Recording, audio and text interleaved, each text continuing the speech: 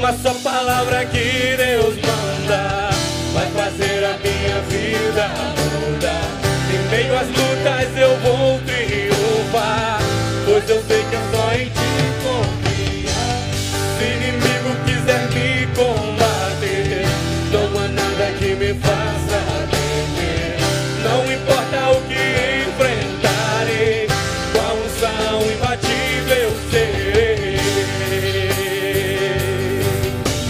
Oh Deus, queremos estar sempre na tua presença e ouvir dos teus lábios a tua palavra, além do véu. Além do véu, eu quero estar. Vem fluir a tua unção e transbordar meu coração. Quero pronto estar pra seguir e conquistar. Renova, Deus! Renova a unção sobre mim para profetizar e pregar a libertação e o teu poder pra curar as cadeias, quebrar com agir. Renova, Deus, renova, Senhor. Renova a unção sobre mim para profetizar e pregar a libertação e o teu poder pra curar as cadeias, quebrar com agir.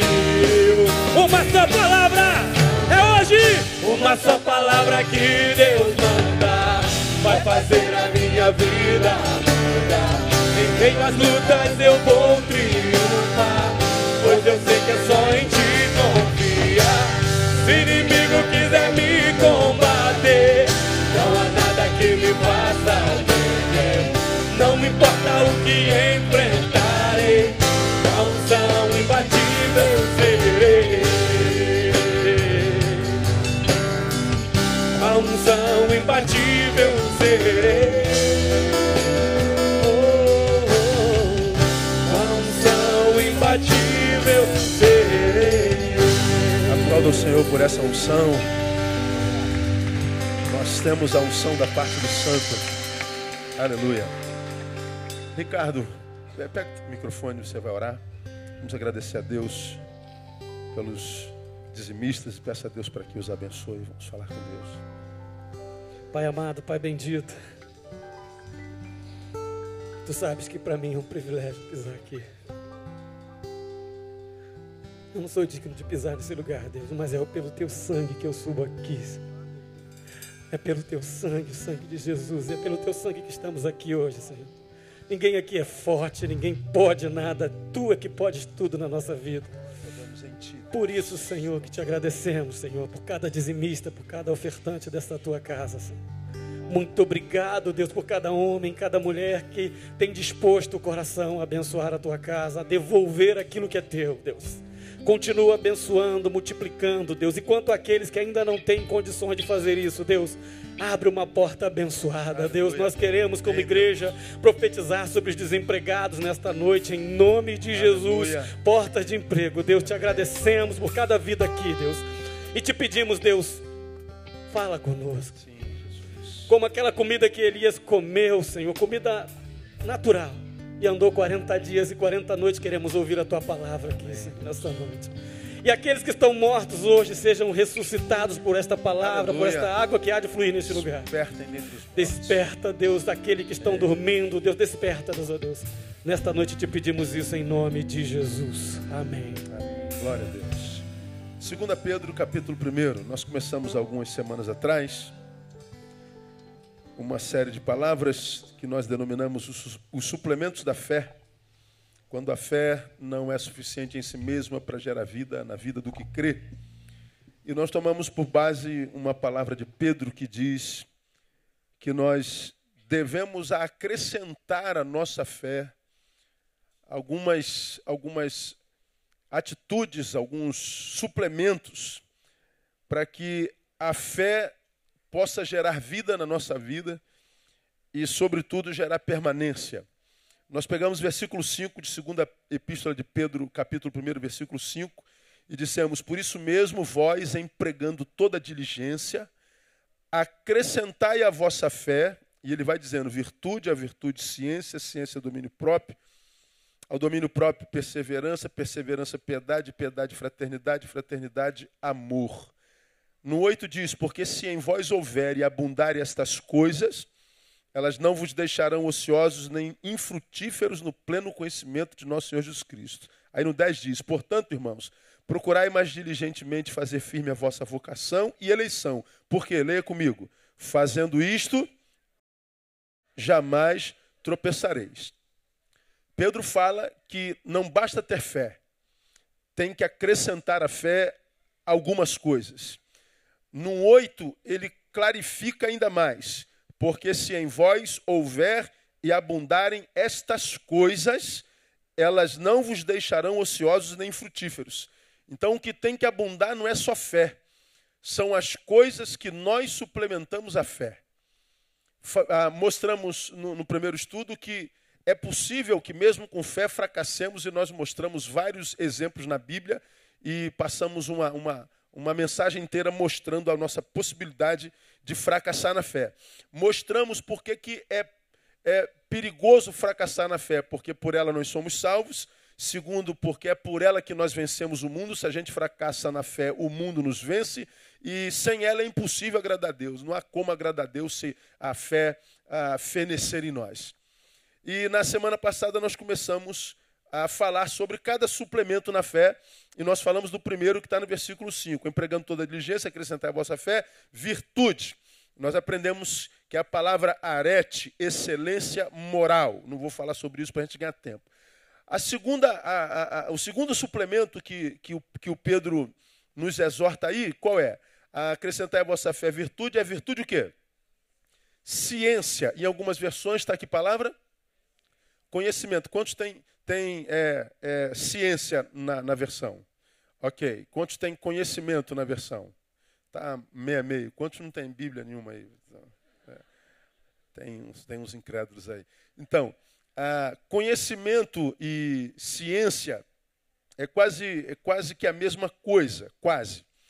A palavra que se traduz por ciência aí é a palavra gnosis, de onde vem gnosticismo e agnosticismo, não é?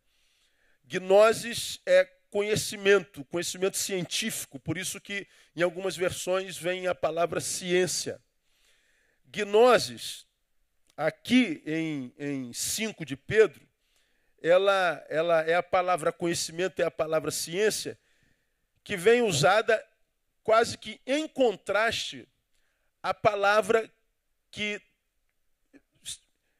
recebe a mesma tradução, mas que é diferente, que está aí nos versículos quais? Versículos 2 e 3. Sobe um pouquinho aí, ó. Versículo 2 e 3, quando Pedro começa falando assim, graça e paz vos sejam multiplicadas no quê? No pleno conhecimento de Deus. Pleno conhecimento. Está o conhecimento aí, tá vendo? Conhecimento. Versículo 3. Visto como no seu divino poder nos tem dado tudo que diz respeito à vida, à piedade, pelo quê? Pleno conhecimento ou conhecimento completo. Então no 2 tem conhecimento e no 3 tem conhecimento. Só que na maioria das versões tem pleno conhecimento e conhecimento completo. Aí a palavra que traduz pleno conhecimento, conhecimento completo nos 2 versículos é a palavra epignosis. Tem um ep na frente, tem um ep. Lá no 5, gnosis. Diz que a gente tem que acrescentar à fé gnosis. No 2 e 3, Pedro fala de pleno conhecimento, epignosis. Graça e paz vos sejam multiplicadas no pleno conhecimento. Ele está dizendo, quando a gente conhece a Deus plenamente não da parte de Deus, mas da nossa. Ou seja, quanto de você é capaz de conhecer a Deus? tanto. Então conheça nessa plenitude. Ele não quer dizer que eu posso conhecer a Deus plenamente, até porque um Deus que pode ser conhecido plenamente por um ser finito não é Deus. Então, quando Pedro diz assim, que a gente conheça plenamente a Deus, quanto de você, Neil, é capaz de conhecer a Deus? Tanto. Então, use esse tanto para conhecer. Conheça a Deus tudo que você possa. Como é que eu chego ao pleno conhecimento de Deus? Através do exercício do conhecimento. Buscando conhecimento, caminhando no conhecimento. Gnoses. Gnoses, nesse versículo 5, que a gente está estudando, não é acúmulo de informações apenas. Uma coisa é ser bem informado, a outra coisa é conhecer. Você se lembra disso, eu não preciso gastar muito tempo aqui. Quando falei sobre isso no passado, numa outra vertente, eu não preguei sobre isso, mas eu fiz a citação, eu fiz a diferença entre informação e conhecimento. Informação é aquilo que o garotinho recebe do pai, quando ele começa a engatinhar, e descobre que na parede tem 2 buraquinhos. Ele olha para o dedinho, é do tamanhozinho do buraquinho que está na parede, então ele pensa, deve ser para botar o dedo. E não tem jeito, toda criança que começa a engatinhar, quem já teve filho aqui sabe, ele está engatinhando, daqui a pouco você leva um susto, ele está na porta da tomada. E a mãe quase tem um treco. Pelo amor de Deus, não põe a mão, não faz dodói. Pô, imagina um molequinho que ainda não tem a consciência formada, ouvindo a mãe ou o pai desesperado para não botar a mão aí porque faz dodói. Ele deve estar pensando, que tipo de dodói um buraquinho desse pode fazer na gente? Ele não vislumbra esse negócio. Na verdade, o pai e a mãe está dando uma informação ao filho. Não põe a mão aí porque há poder nesse buraco. Isso é uma informação. Bom, o garoto está de informação de que esse buraco tem poder. Sai energia desse buraco. Ele está de posse da informação. Mas ele desobedece e, sei lá, no momento ruim, ele vai e bota o dedo no buraquinho. O que acontece com ele? Antes do choque, ele tem informação do poder do buraco. Agora, depois do choque, ele conhece o buraco. Ele conhece o poder. Uma coisa é saber que passa energia nesse fio. Legal, bonito.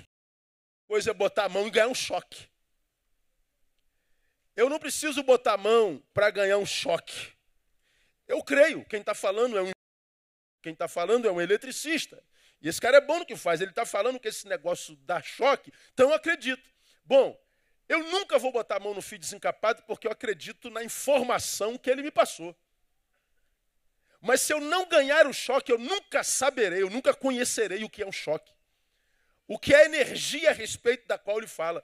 Eu posso falar de Deus a minha vida inteira, eu posso passar a minha vida inteira na igreja falando de Deus, a respeito de Deus, sem conhecer nada de Deus.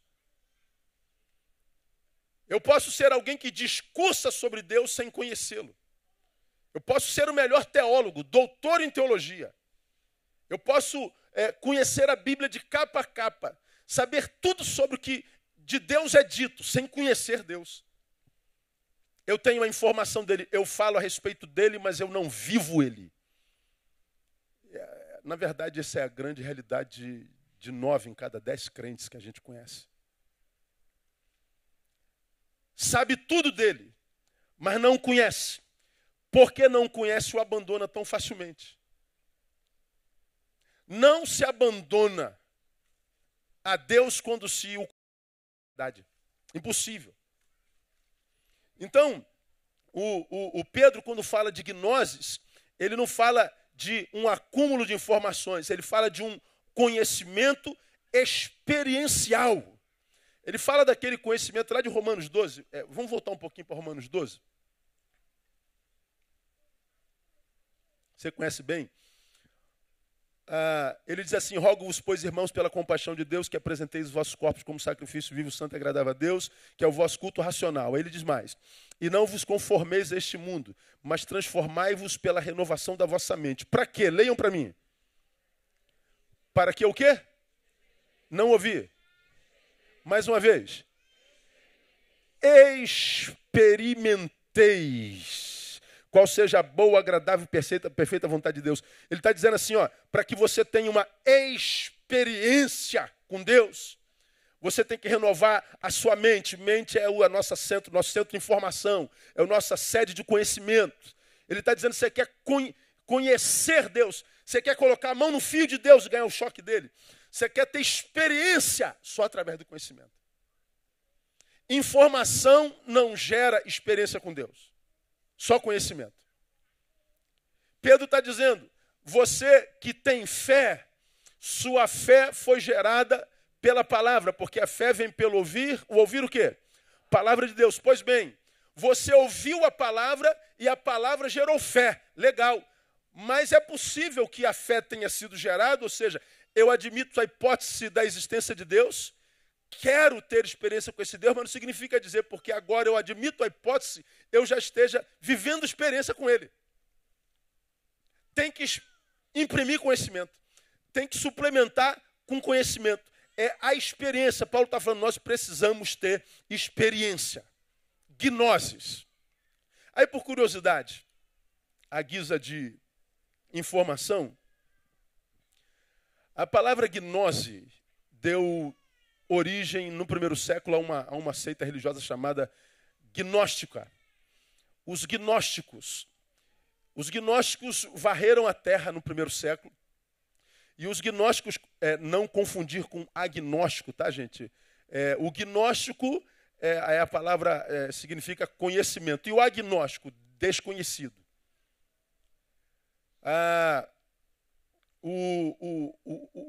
O agnóstico é aquele que considera a possibilidade da vida sobrenatural, mas diz que não há como comprová-la, não há como experimentá-la.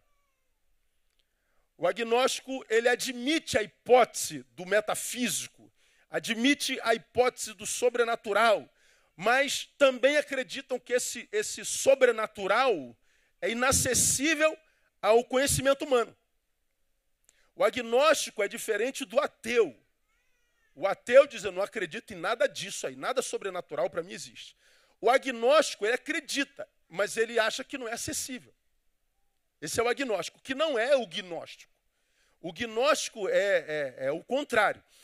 Para os gnósticos, seita do primeiro século, grupo religioso daquela época, eles afirmavam que eles tinham o acesso a um conhecimento secreto que os levava à salvação.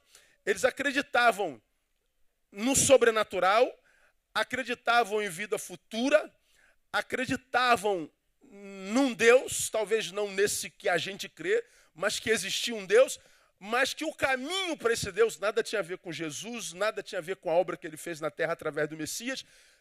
Esse Deus era acessível através da gnose, através do conhecimento.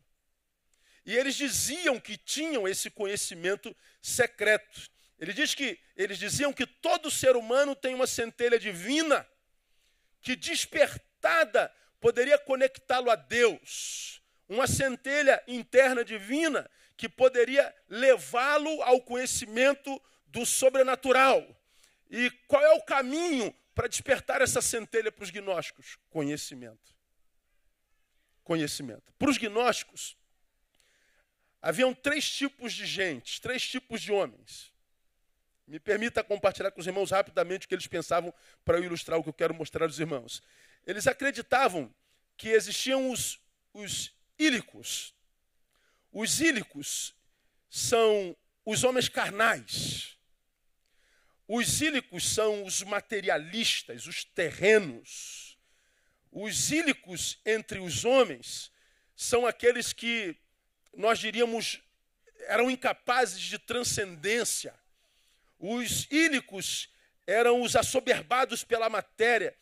Eles nunca poderiam se livrar, mesmo que quisessem, do materialismo, da matéria, da ganância, do terrenal. A matéria, para o gnóstico, é a essência do mal. O mal, ele habita na matéria. Como os ílicos são materialistas, os ílicos jamais poderiam se livrar do mal. Esses são os ílicos, aos quais está vedado transcendência.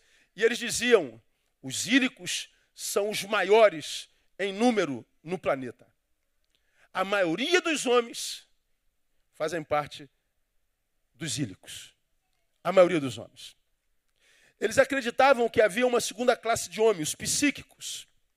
Os psíquicos possuem um certo desenvolvimento espiritual, mais baixo. Eles são melhores do que os carnais, mas que, todavia, não tinham um desenvolvimento muito grande. Era um desenvolvimento pífio. Eles poderiam até desenvolver-se pela fé, não pelo conhecimento. E os gnósticos acreditavam que a fé era um saber, era um valor menor do que o conhecimento. Fé era para gente que era maior do que terreno, mas que era menor do que os gnósticos. É o terceiro grupo que eu vou mostrar para vocês, que são os pneumáticos. Pela fé você poderia até vencer a matéria, mas você nunca chegaria à transcendência. Eram os psíquicos. Entre estes, diziam os gnósticos, estavam, por exemplo, os profetas do Velho Testamento. Tiveram profundas experiências com o sobrenatural, mas eram homens rudes. Homens que tinham experiências espirituais, mas não tinham conhecimento humano, não tinham outro tipo de conhecimento. E os gnósticos acreditavam que existia uma terceira classe de gente, que eram os pneumáticos, que são os verdadeiramente espirituais. São os que têm acesso legítimo ao conhecimento. São aqueles que podem, de fato, chegar à transcendência. E o conhecimento do qual eles falam é um conhecimento mágico, conhecimento místico, um conhecimento que vinha através de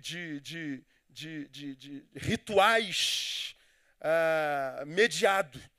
Eram pessoas que, através do ritual gnóstico, porque pneumáticos podiam chegar à transcendência. E os que adquirissem conhecimento, os que adquiriam conhecimento, eles se tornariam o que eles chamam de aions, que são pessoas alcançadas por manifestações de Deus, e que depois que fossem alcançados pela manifestação pessoal de Deus, se uniam a Deus e perdiam a pessoalidade e se tornavam um com Ele.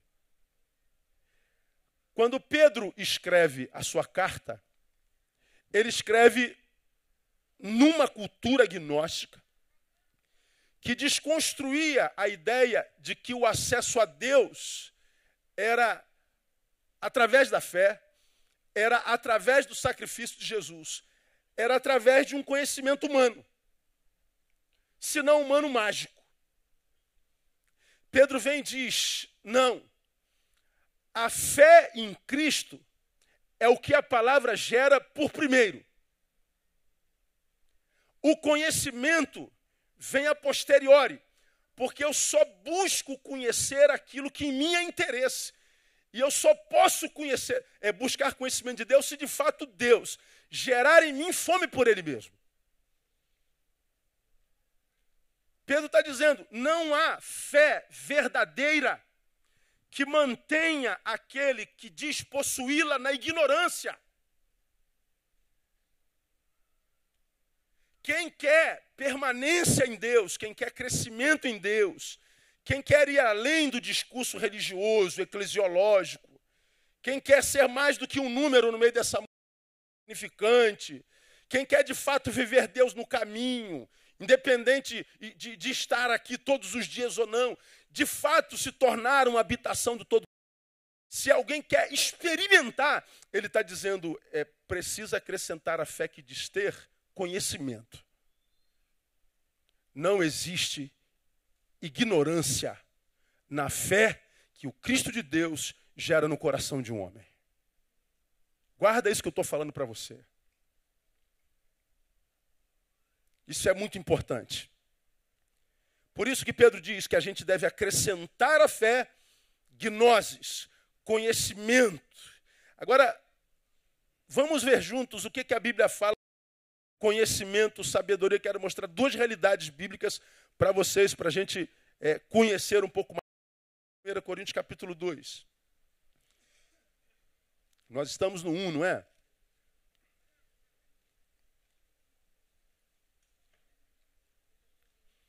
no 2, de 1 a 16, Paulo está escrevendo também a uma igreja que estava sendo desconstruída. Preguei sobre Corinto há bem pouco tempo atrás.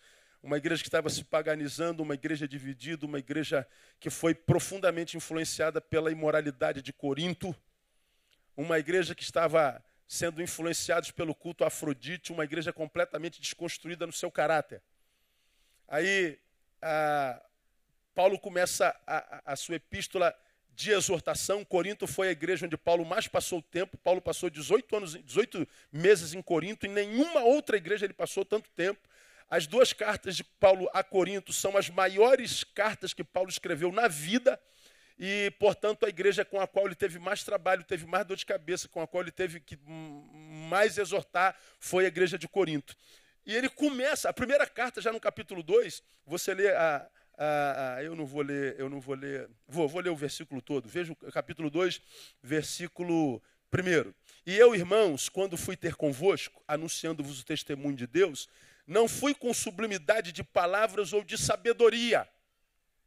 Olha a sabedoria ali de novo. Só que a sabedoria que Paulo fala aí não é gnoses, é sofia. Não é a sabedoria e experiência. Ele está dizendo, quando eu fui ter convosco, eu não fui com blá, blá, blá, eu não fui com filosofia, eu não fui com informação, eu não fui com palavras vazias. Aí ele continua dizendo, veja lá, porque nada me propus saber entre vós, senão a Jesus Cristo e este crucificado. E eu estive convosco em fraqueza, em temor, em grande tremor. A minha linguagem e a minha pregação não consistiram em palavras persuasivas de sofia, de sabedoria, mas em demonstração do Espírito de poder, para que a vossa fé não se apoiasse na sabedoria dos homens, mas no poder de Deus. Olha, Paulo está falando que existe a sabedoria humana e também está falando que através da sabedoria humana não dá para conhecer a Deus. Ele está dizendo, quando eu estive com vocês, eu não fui com filosofia a respeito de teologia. Eu não fui com psicologias divinas. Eu não fui com discurso sociológico gospel. Eu fui com demonstração de poder. Como quem diz, porque a sabedoria humana não gera a vida de Deus na vida de ninguém. Eu posso ter sofia sobre Deus. Posso ter informação sobre Deus. Essa informação, que é produto da minha capacidade de somatizar informações, isso não gera vida na vida de ninguém. Não se conhece a Deus pelo intelecto, é o que Paulo está dizendo. No versículo 6, ele diz, na verdade, entre os perfeitos falamos sabedoria. Não, porém, a sabedoria deste mundo, nem dos príncipes deste mundo, que estão sendo reduzidos a nada, mas falamos sabedoria de quem? De Deus, em mistério, que esteve oculta, a qual Deus preordenou antes dos séculos para a glória de Deus, a qual nenhum dos príncipes deste mundo ou dos sábios compreendeu, porque se a tivessem compreendido, não teriam crucificado o Senhor da glória. Paulo fala de uma sabedoria humana, Paulo fala de uma sabedoria que é provinda de Deus. Paulo fala de sofia, Paulo fala de gnose. E ele está dizendo, se você quer viver uma vida que seja vida, que coadune com a vida de um filho de um Deus do tamanho do nosso, bom, você tem que sair do campo do intelecto, cara. Você tem que buscar experiência com Deus, você tem que se aprofundar na tua fé. Não dá para ser vencido pelo comodismo, pela preguiça de estudar, pela preguiça de estar presente. A casa de Deus não pode ser um lugar de turismo onde você vem só quando você está afim. Você não pode vir só quando você não está cansado, você não pode vir só quando você tem um pouquinho de força.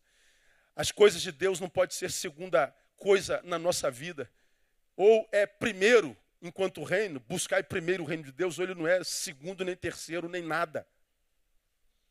Paulo está falando que não existe outro meio de conhecer ao Senhor. Então Paulo está falando de um conhecimento humano e Paulo está falando de um conhecimento divino. Aí no versículo 9 ele diz, mas como está escrito, as coisas que os olhos não viram, nem ouvidos ouviram, nem penetraram no coração do homem, são as que Deus preparou para os que o amam. Olha que coisa interessante, agora a gente entende esse versículo. Olho é uma forma como a gente adquire informação e conhecimento.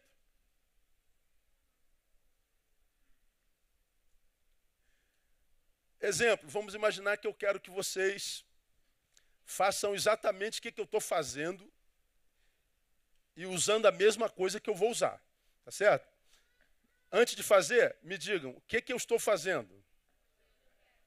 Batendo o quê? Que pé? Direito. Então vamos lá, comigo. Agora eu pergunto, eu mandei alguém bater o pé direito? Eu só falei, comigo. Mas eu poderia estar falando, ó, mantenham o braço esquerdo parado. Mas por que você está batendo o pé direito? Porque você teve a informação com os olhos. Agora eu posso também fazer com que chegue até você um saber através do ouvido. Uma palma comigo. Batam uma palma. Por que você bateu uma palma? Porque os seus ouvidos me ouviram dizendo, batam uma palma. E coração, a gente aprende pelo coração? Pô, quem já se apaixonou sabe que sim. O coração ensina a beça. Aí vem Deus e fala assim, ó, o que Deus preparou para você não entra pelo olho, não entra pelo ouvido, não entra pelo coração. É sobrenatural.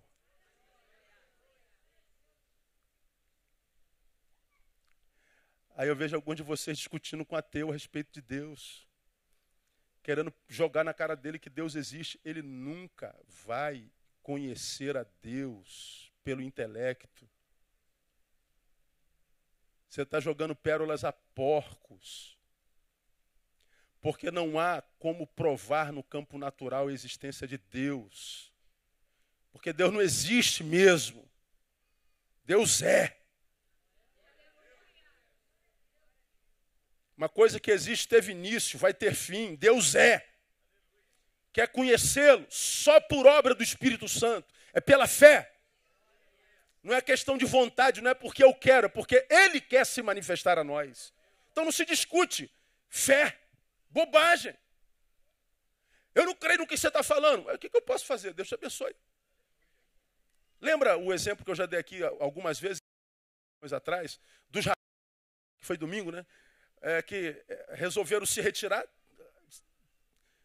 teólogos e filósofos dos mais renomados, e eles se retiraram e disseram, vamos discutir Deus até a gente esgotar o assunto, e vamos decidir de uma vez se Deus existe ou não. Vamos, se retiraram. E 1 semana, 2 semanas, 3 semanas, 1 mês discutindo Deus, filosofia, teologia e tudo que é heresia do mundo. E debatia daqui, Deus existe, Deus não existe. Depois de tanto tempo, meses discutindo, eles chegaram a um consenso. Deus não existe. Estamos concordes nisso? Aí os intelectuais todos chegaram ao acordo. Deus não existe. Estamos combinados? Estamos combinados. Legal. Foram dormir. De manhã cedinho, os outros acordam. Quando acordam, já tinha um cedinho lá no cantinho, ajoelhado fazendo a sua prece. Aí os outros falam assim, mas ô fulano, nós não combinamos ontem que Deus não existe? Ele falou, combinamos. E Deus com isso?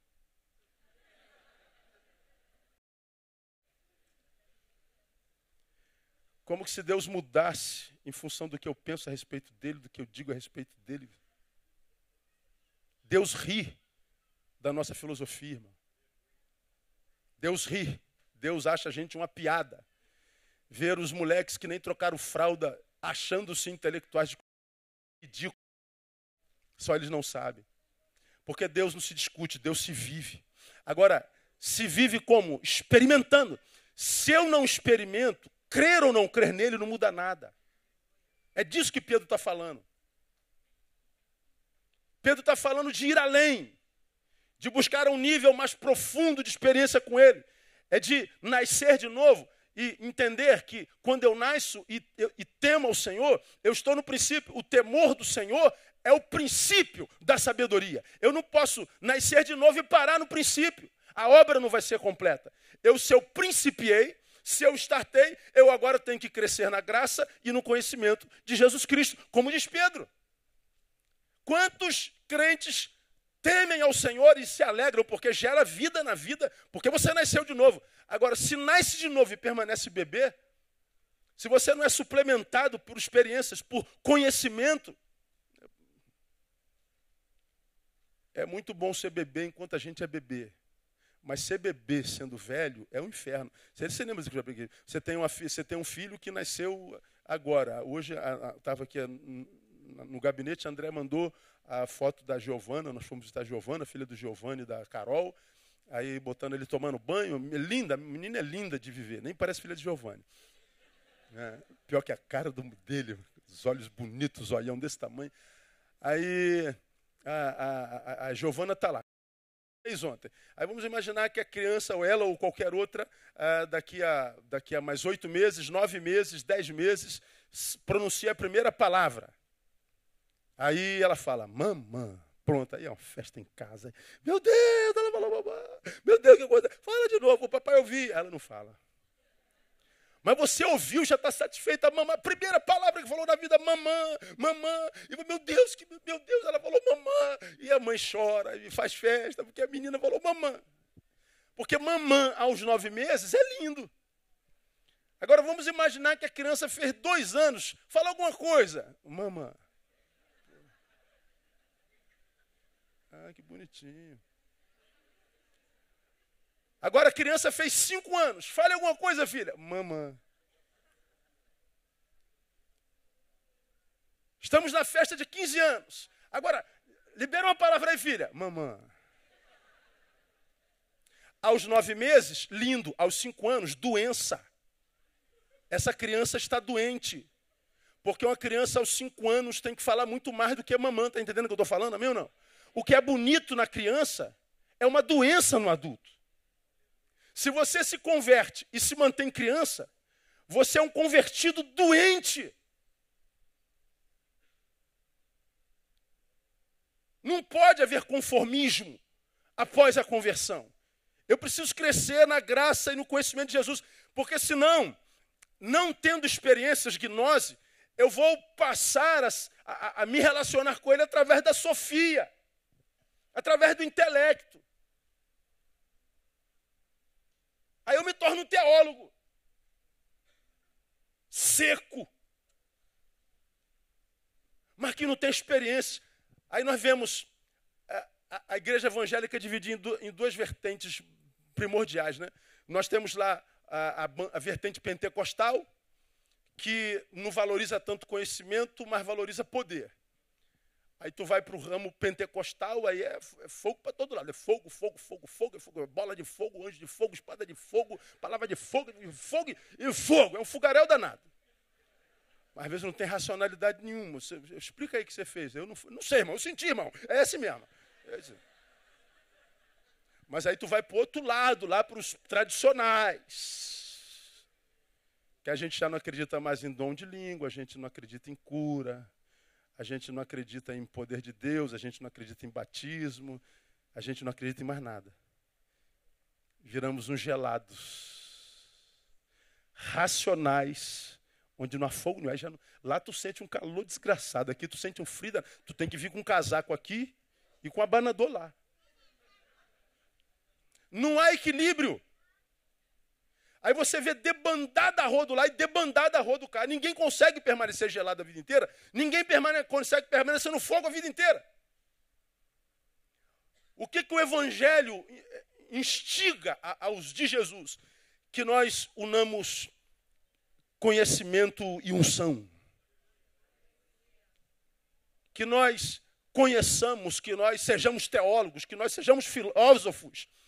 Mas que há coisas que a filosofia e a teologia não vai explicar, porque é mistério de Deus, é poder de Deus, é unção de Deus.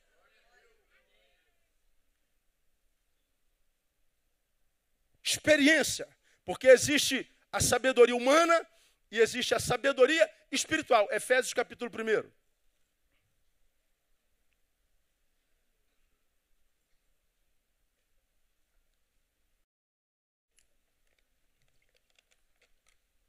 Olha o que Paulo diz já para a igreja de Éfeso. Capítulo 1 de Efésios, versículo 16. Não cesso de dar graças por vós, lembrando de vós das minhas orações. Agora, ele ora pelos Efésios para quê? Para que o Deus de nosso Senhor Jesus Cristo, o Pai da glória, vos dê o quê? O espírito de sabedoria e de revelação no pleno conhecimento dele. Epignosis. Deus me dá o teu espírito de sabedoria para que eu possa te conhecer plenamente. Ou seja, eu quero a sabedoria que vem do alto. Eu quero a sabedoria que vem do Senhor. Porque não existe outra forma de conhecê-lo plenamente se não for por essa sabedoria. Não há outra sabedoria pela qual a gente possa conhecer o Senhor. E Paulo está dizendo, eu rogo ao Senhor por isso. 18, sendo iluminados os olhos do vosso coração, para que saibais, conheçais, qual seja a esperança da sua vocação e quais as riquezas da glória na sua herança nos santos e qual a suprema grandeza do seu poder para conosco, os que cremos, segundo a operação da força do seu poder. No 18 ele diz, sendo iluminados os olhos do vosso coração. Por que eu creio? Creio por iluminação. Não é por causa de capacitação humana. Então, Pedro está dizendo, você quer nunca, jamais tropeçar, como ele diz lá? Você quer permanecer? Então ele está dizendo, você tem que acrescentar a sua fé gnose, você tem que acrescentar a sua fé experiência, você tem que acrescentar a sua fé conhecimento. E a gente está falando de conhecimento de Deus. Mas existe uma outra, falando de sabedoria humana e sabedoria espiritual, eu também não posso deixar de ler contigo Tiago capítulo 1. Vai a Tiago capítulo 1. Lá na frente. Tiago 1.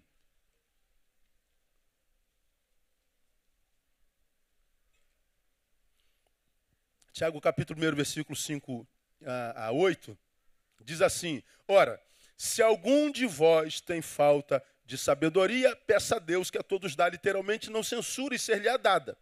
Peça, porém, com fé, não duvidando, pois aquele que duvida é semelhante à onda do mar, que é sublevada e agitada pelo vento. Não homem que receberá do Senhor alguma coisa, ó homem vacilante que é e inconstante em todos os seus caminhos. Paulo está falando da fé que vem de Deus. Então, existe uma sabedoria cuja origem é o Senhor. E essa sabedoria a gente tem que buscar. Agora, como que a gente discerne se a sabedoria de um sujeito é de Deus ou se é humana?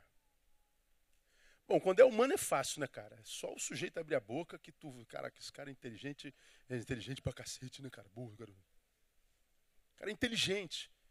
Aquela molecada inteligente, é o nerd da tua turma. Você não aprende matemática a vida inteira e o moleque... O professor explica uma vez, pronto, o moleque já entende tudo, só tira A, só tira 10... tu vai para a aula de filosofia, o professor explica direto, quando ele acaba de explicar, tu já esqueceu tudo, aí o outro da tua turma decorou tudo, aquele cara que sabe quem disse isso, quem disse aquilo, como diz fulano, como disse Beltrano. Meu Deus, como é que você sabe quem falou o quê? Como é que você guarda isso? É inteligência. O cara é moleque inteligente, então tem um monte de moleque inteligente, é mais inteligente do que a maioria de nós. Então a sabedoria dos livros a gente fala, não quer dizer que o inteligente consegue transformar as informações que tem em conhecimento. A gente lembra o que Boff disse, né, que a sabedoria de um homem não é medida pela quantidade de informação que ele recebe, mas pelo uso que faz dela. Tem gente que é extremamente inteligente intelectualmente, mas não sabe ser pai, não sabe ser marido, não sabe ser esposa, não sabe ser gentil, não sabe ser educado. Ele tem inteligência cerebral, mas não tem inteligência emocional.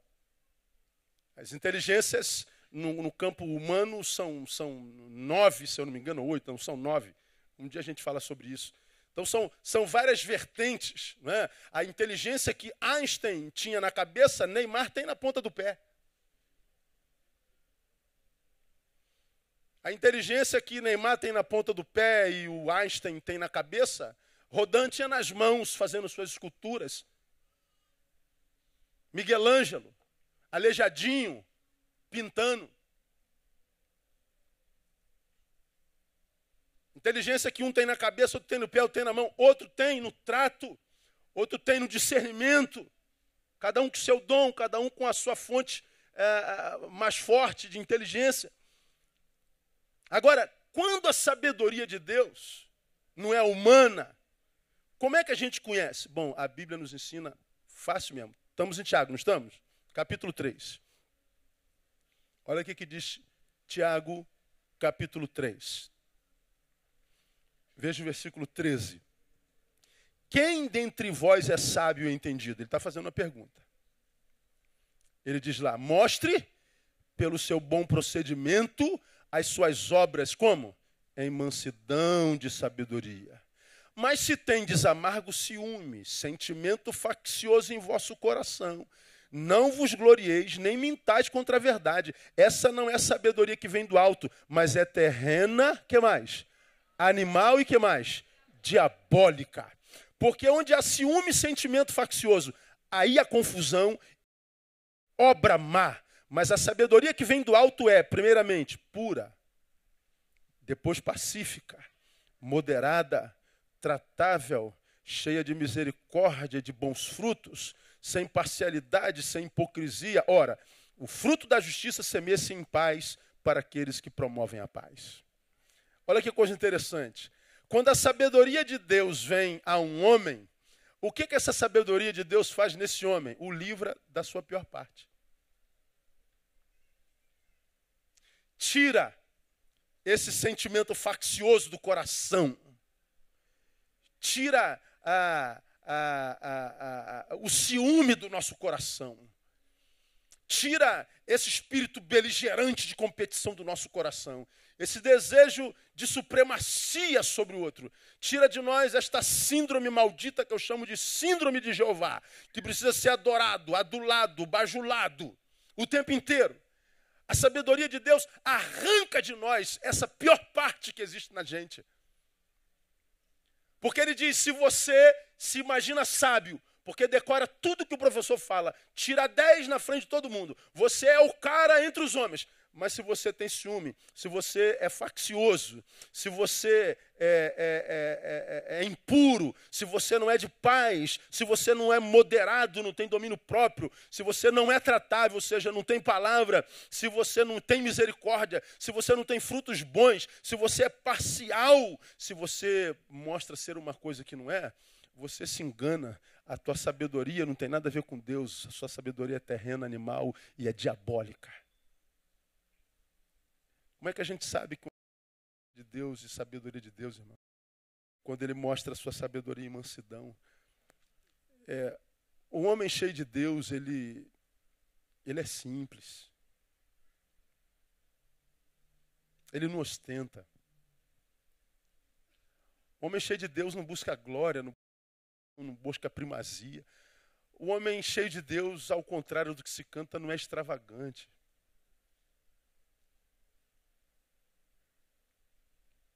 Ele é comedido, ele é só o que é. E porque se enxerga, não exige que os outros o tratem acima do que o que de fato ele é. A sabedoria de Deus é mostrada no trato. Você imagina se todo o povo de Deus tivesse a sabedoria de Deus e se a gente se tratasse assim. Meu irmão, a gente colocaria esse planeta de cabeça para cima de novo.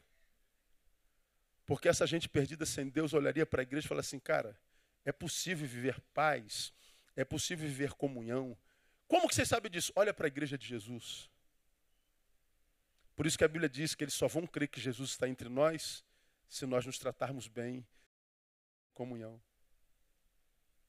Como é possível? Só conhecendo a Deus. Porque se somos 1000, 100 conhece, 900 não conhece, não tem jeito. Vai continuar isso que está aí, esse horror que é a igreja evangélica brasileira. Cresce em número, mas não salga. Cresce em número, mas não influencia. Cresce em número, mas não faz diferença alguma. Se tirar do bairro, vão levar 10 anos para saber que a igreja saiu. Porque ela e nada é a mesma coisa. Não faz diferença alguma. Porque fala de Deus, mas não conhece. E por que a gente fala que fala de Deus e não conhece? Por causa do tratamento que não é legal.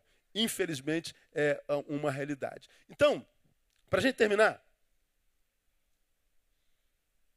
uma vez que nós já sabemos o que Pedro queria dizer, vamos imaginar que você está aqui, cara, e você seja desses caras metidos a besta, metidos a inteligente, porque você fez 2, 3, 4, 5 faculdades, a gente entra no teu escritório, tem 35 canudos, e você é esse besta que você sabe que é.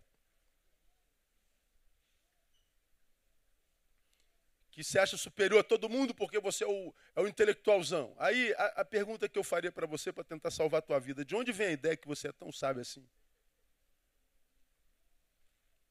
Quem te convenceu que você é sábio? É por causa dos 35 canudos na parede. Bom, nós já aprendemos que não tem nada a ver com Deus. Pode ser humana, terreno e diabólica. Os canudos podem representar que você está cheio de diabo.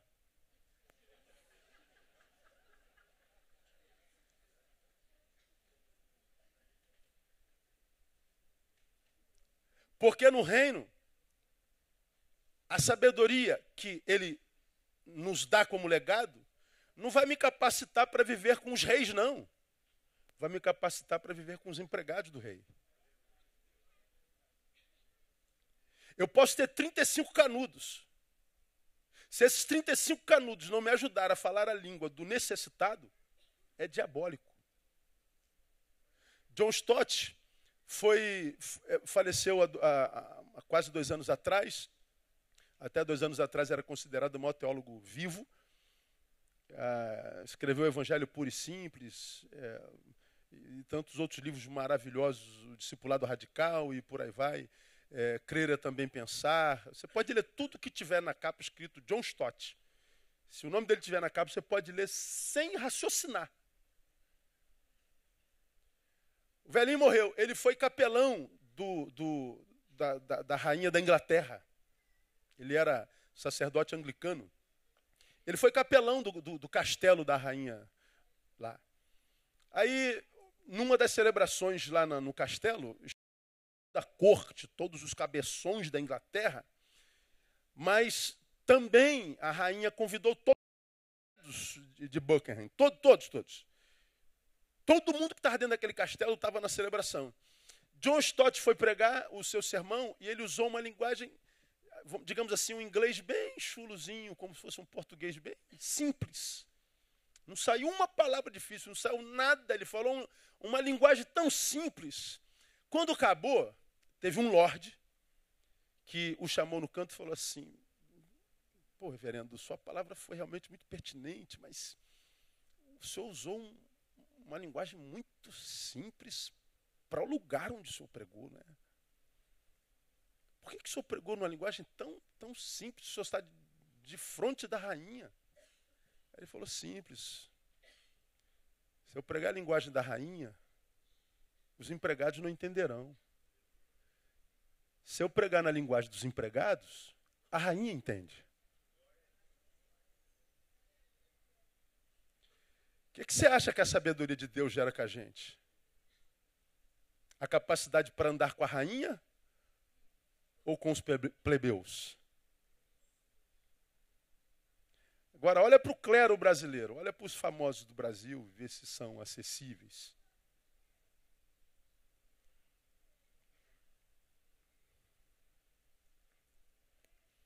Aí, eu tenho andado por faculdades, por fóruns de toda a ordem, cristão e não cristão, secular e de crente. E me encontro com tanta gente inteligente que, se na mão de Deus, poderia fazer tanto por essa geração. Mas a gente que, infelizmente, que foi tomada pelo diabo da letra. E não pensa que eu estou dizendo que não vale a pena estudar, porque eu estudei para burro na minha vida. E eu louvo a Deus por cada banco de faculdade que eu sentei, por cada pós-graduação, por cada tempo que eu passei estudando. Eu louvo a Deus por ter Sofia. O que eu não faço é imaginar que a minha Sofia pode me levar ao conhecimento de Deus. O que eu não faço é permitir que a minha Sofia venda para mim a ideia de que eu sou melhor do que quem não tem tanta Sofia quanto eu. Eu não permito que a Sofia me roube de mim, a ponto de eu não me encontrar comigo nunca mais, porque eu me transformei num produto dela, em algum lugar acadêmico da vida, e me tirou da minha origem. Porque todo sábio começou entre os ignorantes. Todos nós começamos lá.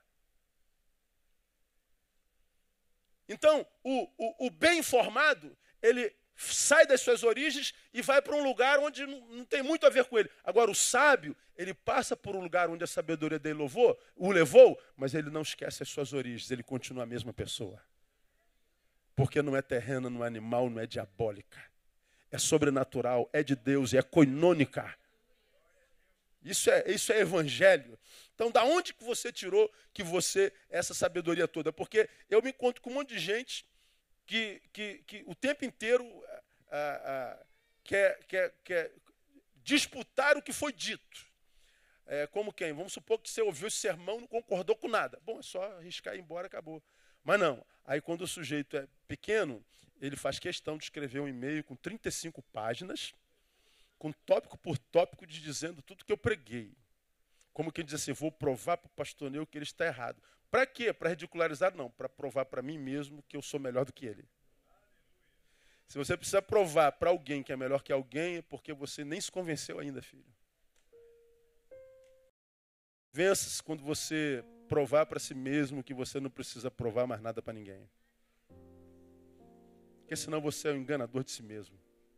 A sabedoria de Deus gera simplicidade, geram servos e não competidores.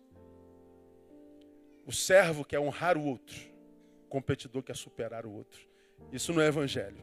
E aí, termino com Provérbios capítulo 27.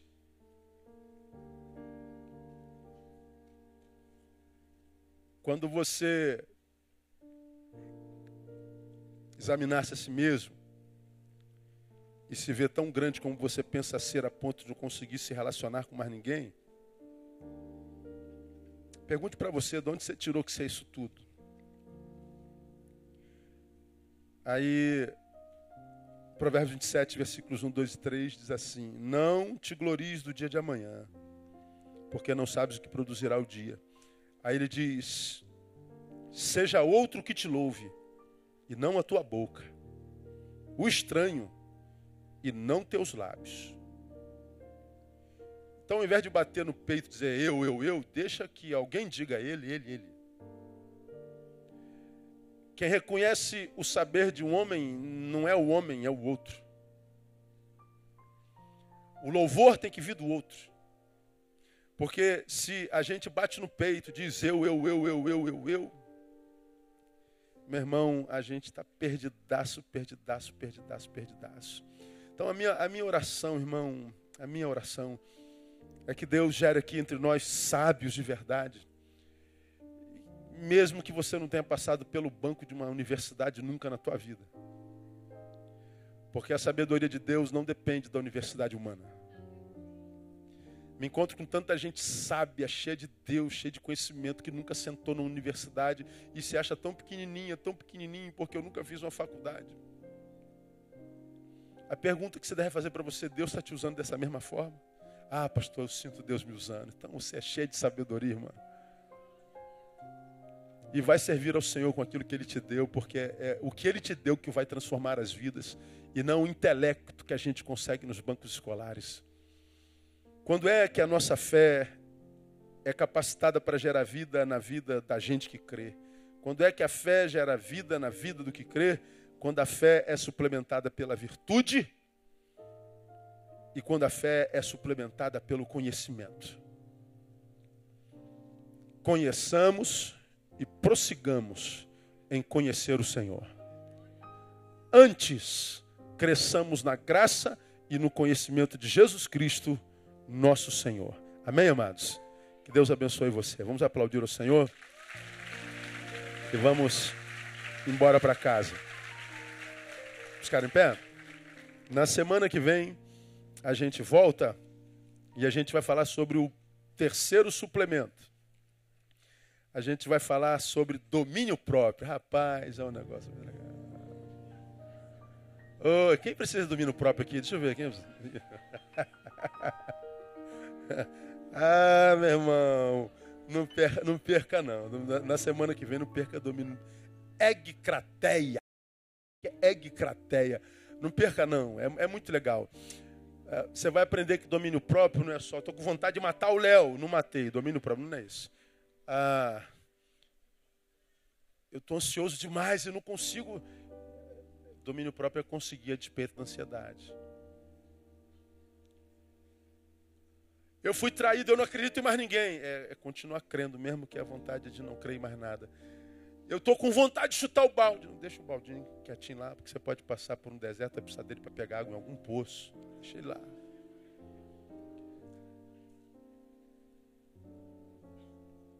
Domínio próprio já é o uso do conhecimento adquirido que foi suplementado na fé.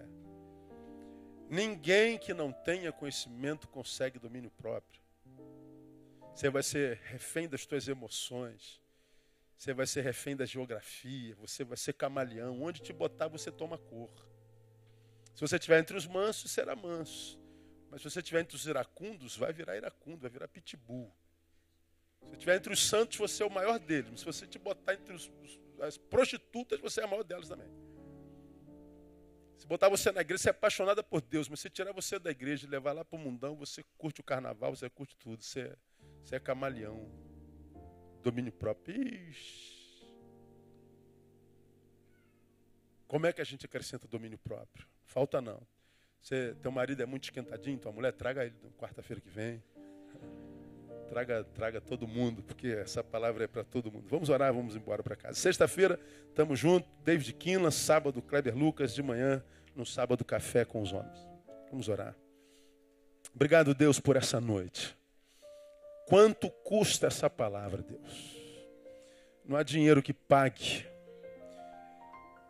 Mas nós te louvamos porque tu nos deste de graça. É graça. Nós não temos a menor dúvida de que tu falaste conosco nessa noite. Nossa dúvida é se nós ouviremos. Por isso nós te pedimos, dá-nos como pediste Isaías, dá-nos ouvidos de discípulos, para que nós possamos ouvir e reter, e retendo praticar. Nós queremos esse conhecimento do Senhor, Deus. Nós queremos conhecer-te mais. Nós queremos mais de ti, queremos mesmo. Tu sabes quantos dizem isso em verdade. Então, ó Deus, ajuda-nos a tirar do nosso caminho que nos impede de conhecermos o Senhor mais. Nós queremos te conhecer mais, nós queremos mais de ti de verdade. Muito obrigado. Ajuda-nos a suplementar a nossa fé com essa virtude e com esse conhecimento. E agora que vamos da tua casa, te pedimos, leve-nos para a nossa, guardados debaixo da tua mão de poder. E que cheguemos todos os que aqui estamos, todos cheguemos em casa sãos e salvos. E que recebamos do Senhor, por graça, um restante de semana abençoado na tua presença. Oramos e abençoamos o teu povo para que assim seja, no nome de Jesus, nosso Senhor que reina. Amém e aleluia. Melhor aplauso, Senhor. Deus abençoe você. Até sexta-feira, permitindo o Senhor. Não cesse em dar um abraço no teu irmão. Irmãos, eu estou saindo correndo, que ainda vou fazer uma visita hoje emergencial. Então, os irmãos que vieram para me dar abraço, fotografar, falem comigo domingo, tá bom? Estou correndo.